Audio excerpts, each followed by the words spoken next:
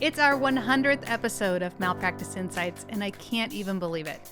And I just wanted to say thank you to everyone who has tuned in for the last few years. Whether you've just stumbled upon our show with a question on a specific malpractice-related topic, or you're a regular listener, I'm so grateful that you've taken the time to be here, and I truly hope that you've found the information that we've shared here helpful. So, thank you again. Today we're going to do a little question and answer session, and I've put together some top malpractice insurance tips for you. So let's dive into them together. Stay tuned.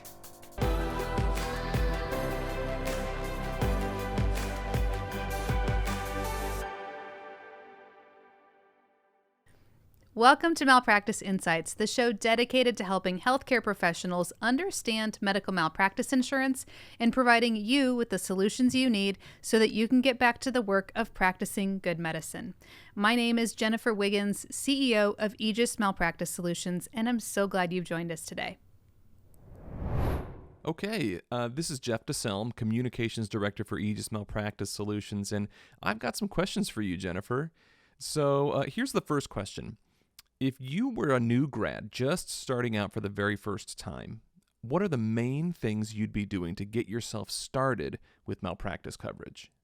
So if I was a new grad, the first couple of things that I would be doing is, first of all, I would find myself a good agent.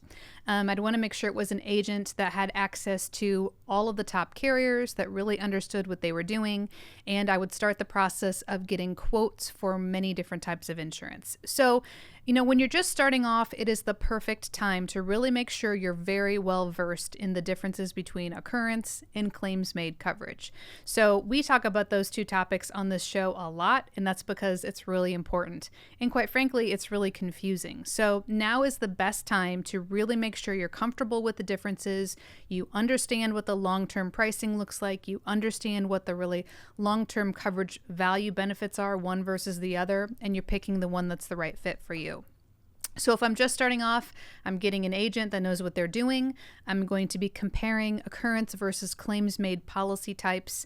I'm going to probably also look at a few different limits to kind of compare what the difference would be for, a 1 million, 3 million versus maybe a 2 million, 4 million policy limit. And then making a decision on what's the appropriate level of coverage for me.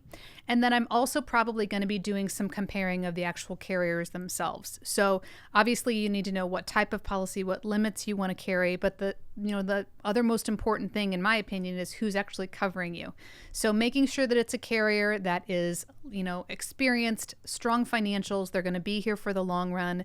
They have a lot of value-added services and benefits to provide to you, whether it's risk management training, maybe some value-added things like a savings account or dividend payments or other types of things that are beneficial to providers.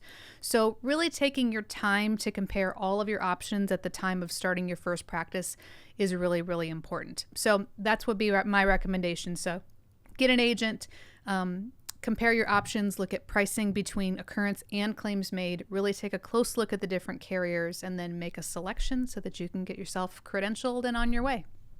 Absolutely. Yeah, that's great. Thank you for sharing some of those helpful tips.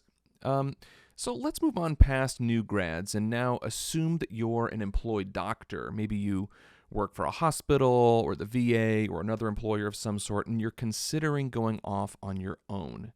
What should you be thinking about now to make sure that you're set up for success with your malpractice insurance?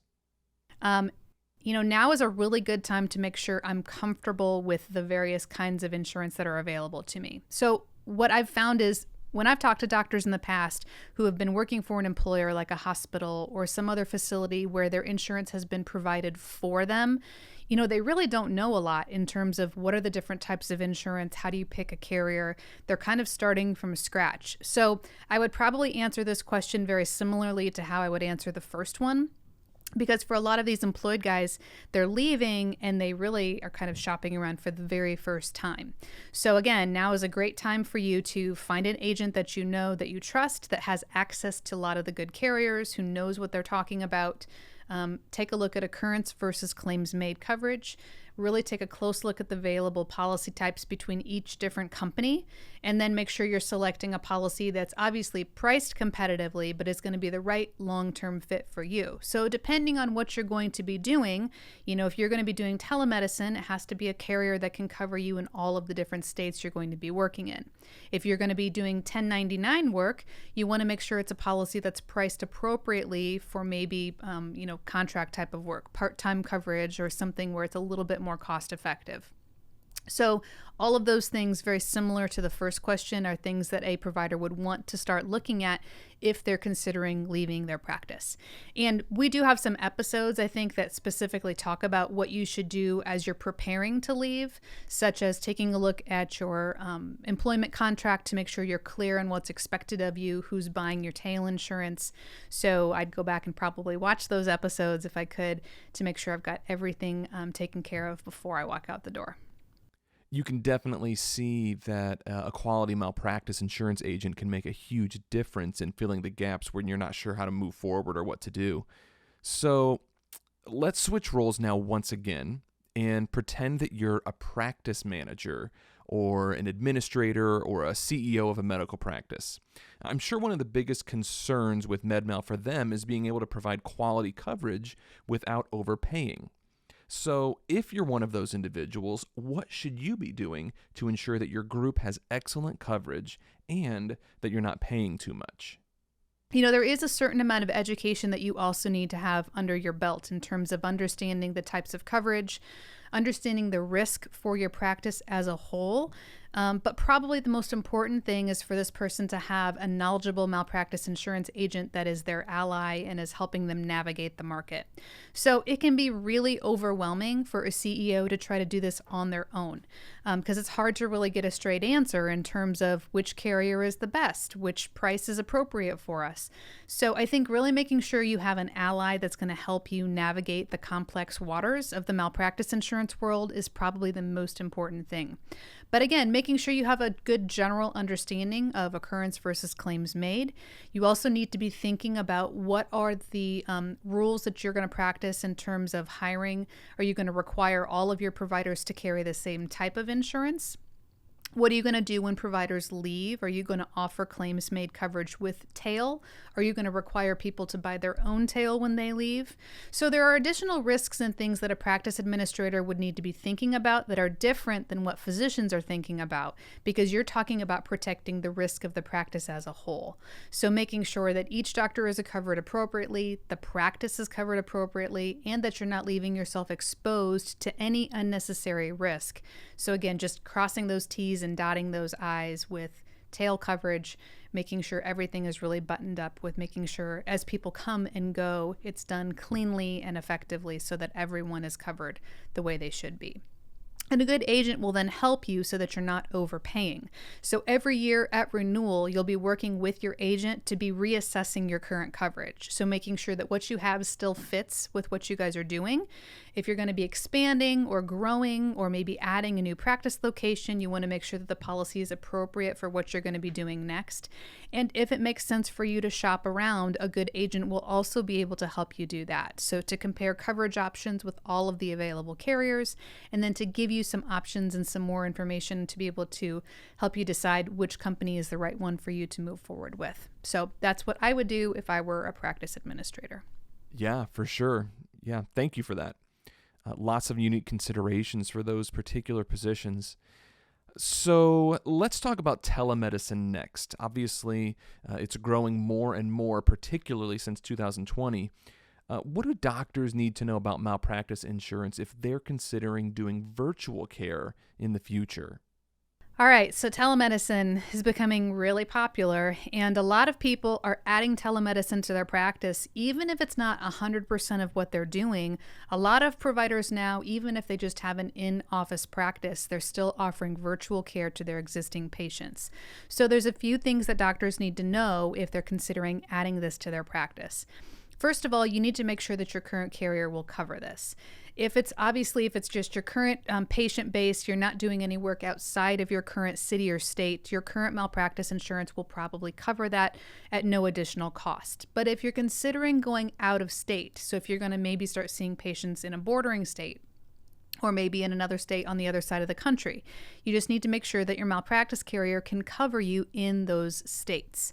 So the thing that you need to know with how those are priced is basically it's based on what states are you working in and what's the percent of practice in each of those states. So the carriers generally will price this kind of coverage based on those two factors. So if you're in Ohio, Florida, and New York, they need to know how often are you in Ohio, Florida, and New York. Are you there 50, 30, 20%? Are you there 80%, 10%, 10%? So they really need to know not only the states that you're there, what states you're practicing in, but how often will you be working there. And then they'll be able to price you out accordingly based on how often you'll be in those particular locations. So really making sure you're aligned with a carrier that can meet your needs with that is the best thing. The second thing to consider is obviously the type of coverage that you need to carry. So occurrence versus claims made comes back into play here as well, because if you're on a claims made policy, you really need to make sure you're working with your agent to ask the questions of what happens if I start working in a state and then I stop working in a state? Do I have to buy tail insurance if I leave that state? Are there any other ramifications I should be aware of? Those types of things are really important for telemedicine providers to know. If it's an occurrence policy, it's pretty straightforward. You don't have to worry about any of that. But again, all of those are things that telemedicine doctors are unique to their practice that they would need to explore and make sure they have buttoned down before they decide to dip their toe into virtual care. All right, last one for today. What about independent contractors, locum tenens doctors, or 1099 providers? What do they need to know about malpractice insurance? So kind of some similar answers with each of these. So what do 1099s, independent contractors, or locums doctors need to know? Very similar to the other ones, they really need to understand occurrence versus claims made, and they also need to make sure they know what's required of them wherever they're going to be working. So what's nice about 1099 or independent contract work is that you generally get to carry your own malpractice insurance, and that's a blessing and a curse. So, right, it's not covered for you, so it's not paid for, and you're responsible for that premium on your own. But the good thing is you can pick whatever company you want. You can get whichever policy type that you want, and you're going to have a policy that's going to be able to cover you wherever you go. So you won't be bound by those limited policies that are often seen with employment, where you're only covered for the work that you do at that particular location. So independent contractors, 1099s, locums, what you need to know about malpractice insurance is you're really in the driver's seat. So you're now able to secure a policy that's going to be just right for what you're doing, and it can cover you no matter where you go. So again, just price out occurrence versus claims made, talk to your agent and figure out which one of those two is going to be the right fit for you. If you're going to be working in more than one state, again, make sure it's a carrier that can follow you into each of those different states. And then just make sure you keep an eye on things. So if you're only going to be working part-time to begin with, make sure you're getting a part-time rate, because that's going to make your premium much, much lower. But then if your hours begin to increase and you need to make adjustments, then obviously you can always bump that up if you need to. But this is really a great position for you to be in, because you truly can choose whichever kind of coverage you want, and you're not going to have it dictated to you by your employer. And you can basically have one policy that covers you wherever you want to work. So it's a great position to be in, and you just need to find an agent that can help you shop around and make a smart choice. If you have any questions on these topics, or you want to make sure that you're covered appropriately, click the link in the description box below where you can connect with us via phone, email, or chat today. And if you're listening, please visit us online at aegismalpractice.com. That's AEGIS malpractice.com. And don't forget that our mailbag link is now live on our website. So if you have a question that you'd like me to answer here on the podcast, check out the link below where you can drop us a line and ask your question, or schedule a quick 10-minute phone call for a personal consultation to discuss your unique insurance needs. This is Jennifer Wiggins. Thanks for joining us.